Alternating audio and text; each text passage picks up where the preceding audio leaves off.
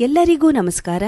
ಪರಮಪೂಜ್ಯ ಶ್ರೀ ಸಿದ್ದೇಶ್ವರ ಸ್ವಾಮೀಜಿಯವರ ದೃಷ್ಟಿಯಂತೆ ಸೃಷ್ಟಿ ಎಂಬ ಪುಸ್ತಕದಿಂದ ಒಂದು ಪುಟವನ್ನು ಓದಲಿದ್ದೇನೆ. ಸತ್ಸಂಗ.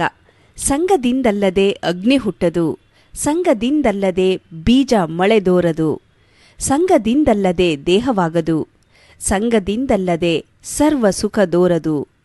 ಚನ್ನಮಲ್ಲಿಕಾರ್ಜುನಯ್ಯ ನಿಮ್ಮ ಶರಣರ ಅನುಭಾವ ಸಂಘದಿಂದಾನು ಪರಮಸುಖಿಯಾದೆ ಎಂದು ಅಕ್ಕಮಹಾದೇವಿಯವರು ಈ ವಚನದಲ್ಲಿ ತಿಳಿಸಿದ್ದಾರೆ. ಇದರ ಭಾವಾರ್ಥ ಈ ರೀತಿಯಾಗಿದೆ. ಇದು ಪರಮ ವೈರಾಗ್ಯ ನಿಧಿ.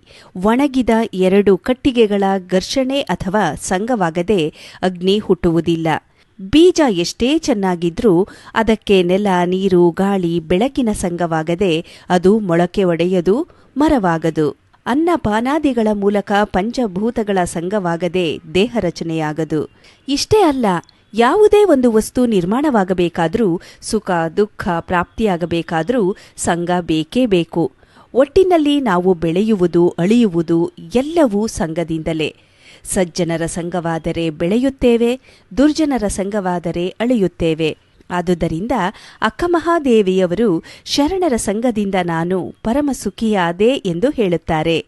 ಧನ್ಯವಾದಗಳು.